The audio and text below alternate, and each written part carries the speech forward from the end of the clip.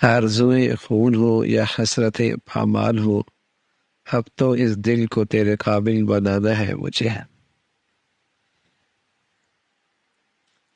اگر آدمی یہ طے کر لے کہ میں نے رمضان میں اپنے اللہ کو منانا ہی ہے اور اپنے اللہ کو پا لینا ہی ہے، اور پھر اپنی سے ہمت اور کوشش شروع کر دے،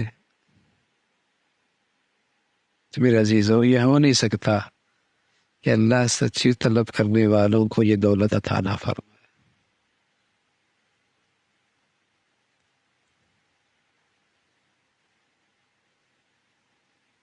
لیکن اندر یہ دل طے ہو کہ اب تو اس دل کو اے اللہ تیرے قابل بنا۔ رمضان نا تربیت کا مہینہ ہے۔ آدمی یہ دیکھے کہ اپنی زندگی میں کہاں کہاں کمزوریاں ہیں، اور پھر ان کمزوریوں کو اس مہینے میں قابو پا لے۔ جتنا آدمی اپنی کمزوریوں سے باخبر ہے اور کون جانتا ہے، وہ جانتا زبان کا تیز ہے، غصے کا تیز ہے، عبادت کا چور ہے، مال میں طبیعت میں بخل ہے، ہاں بدگمانی ہے۔ ہر آدمی جانتا ہے کہ کہاں کہاں کمزوریاں ہیں۔ عبادت میں کمزوری ہے، اخلاق میں کمزوری ہے، اللہ کا حق ضائع کرتا ہے، مخلوق کا زیادتی کرتا ہے۔ تو یہ ایک تربیت کا مہینہ ہے،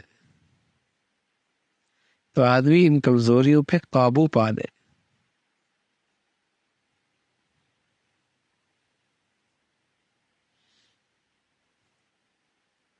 اور کوئی ایسا نہیں ہے جس میں کمزوریاں نہ ہو، ٹھیک ہے نا؟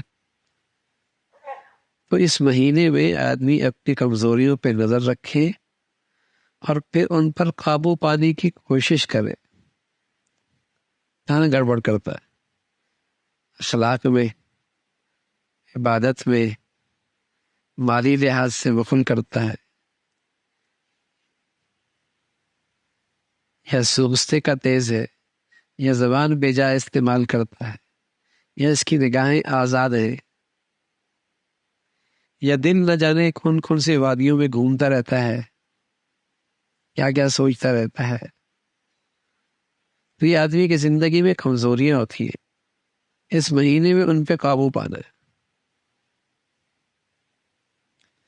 رمضان صرف افطاری کے لیے، سحری کے لیے، تراویحوں کے لیے، اس کے لیے نہیں آتا۔ کیوں؟ یہ تو سال بھر میں جو کمزوریاں لگ گئی زندگی میں، ان کو پر کرنے کے لیے آتا ہے۔ جہاں جہاں سوراخ ہو گئے، جہاں جہاں کمزوریاں آ گئی، جہاں جہاں ٹوٹ پھوٹ ہو گئی نا زندگی میں، دین کے لحاظ سے، ایمان کے لحاظ سے، اس ٹوٹ پھوٹ کو ٹھیک کرنا ہے۔ نئے سرے سے ایک توانا مسلمان، ایک صحت مند ایمان والا، ایک طاقتور دیندار، یہ رمضان ہے۔ کہ رمضان کے بعد اس کی زندگی وہ نہ ہو جو رمضان سے پہلے تھی، جو کمزوریاں تھی وہ الحمدللہ پوری ہو گئی۔ یہ رمضان اس لیے آتا ہے، ورنہ سرسری انداز میں اگر آپ نے رمضان گزار دیا تو اس میں تو اللہ کی رحمت ہے، خاص متوجہ ہے، کچھ عبادات میں اضافہ ہو جاتا ہے، کچھ نیکیوں میں اضافہ ہو جاتا ہے۔ لیکن جیسی اللہ کی رحمت کا یہ سلسلہ ختم ہوتا ہے تو وہی کمزوریاں پھر غالب آ جاتی ہیں، وہی کمزوریاں غالب آ جاتی ہیں۔ جماعت میں سستی تو سستی، تکبیر اولیٰ کا اہتمام نہیں تو نہیں، نفل کبھی پڑھے کبھی نہیں پڑھے، زبان میں احتیاط کوئی نہیں تو نہیں ہے، آنکھ آزاد ہے تو آزاد ہے، ہاں؟ دل میں ہر وقت دنیا کے خیالات ہیں، بس خواب بھی اسی کے ہیں، جینا بھی اسی کے لیے، دن میں بھی اسی کے لیے، ایک تماشا ہے زندگی کا۔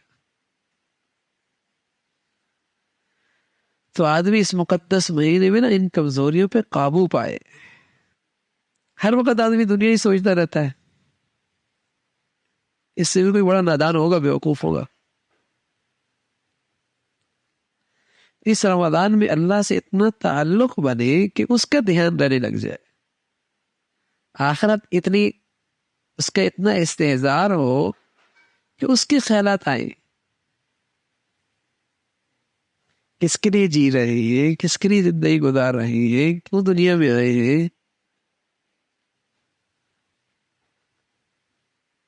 پھر رمضان ہے تو یہ رمضان آتا ہے کمیوں پر، کمزوریوں پر، جہاں جہاں زندگی میں ٹوٹ پھوٹ ہوئی ہے اس کو صحیح کرنے کے لیے، ان پر قابو پانے کے لیے مشق کرے آدمی۔ اس رمضان میں مجاہدہ کرنا آسان ہے، ہمت اس لیے کہ الحمدللہ فضا ہوتی ہے، ماحول ہوتا ہے، اللہ کی خاص رحمت ہوتی ہے، وہ چلا رہی ہوتی ہے۔ چلو بھائی سال بھر تو ٹھیک ہے کبھی ہوتا ہے، اب رمضان میں مجالے میری ایک نماز رہ جائے، جماعت سے رہ جائے، تکبیر اولیٰ سے رہ جائے، آگے سے آگے بڑھے۔ بس اوقات مغرب افطاری کی نظر، جماعت افطاری کی نظر، مسجد کی نماز افطاریوں کی نظر، حول ولا قوت الا باللہ۔ تو یہ جو مقدس مہینہ ہے نا، اصل یہ ہے کہ جہاں جہاں میری زندگی میں کمزوریاں ہیں دین ایمان کے لحاظ سے، ان پر میں نے قابو پانا ہے۔ بس اوقات طبیعت میں ہوتا ہے، عبادت کا ذوق تو ہوتا ہے ماشاءاللہ، سخاوت بھی ہوتی ہے، لیکن اخلاق بڑے تکلیف دہ ہوتے ہیں، اخلاقی کمزوریاں بڑی تکلیف دہ ہوتی ہیں۔ یہ نہ چند دن کسی کے ساتھ رہ سکتا ہے، نہ بیٹھ سکتا ہے، نہ زندگی گزار سکتا ہے، ایسی کمزوری ہے۔ کچھ دنوں کے بعد وہ کاٹنا شروع کر دیتا بچھو کی طرح، زبان سے، طرز عمل سے، طریقے سے۔ یہ سخت کمزوریاں ہیں زندگی میں۔ تو ایک نیا انسان، ایک نیا مسلمان، تازگی اس کے اندر آ جائے، نئی زندگی آ جائے، یہ ایمان ہے، یہ ایمان ہے۔ پھر مزہ ہے رمضان کا۔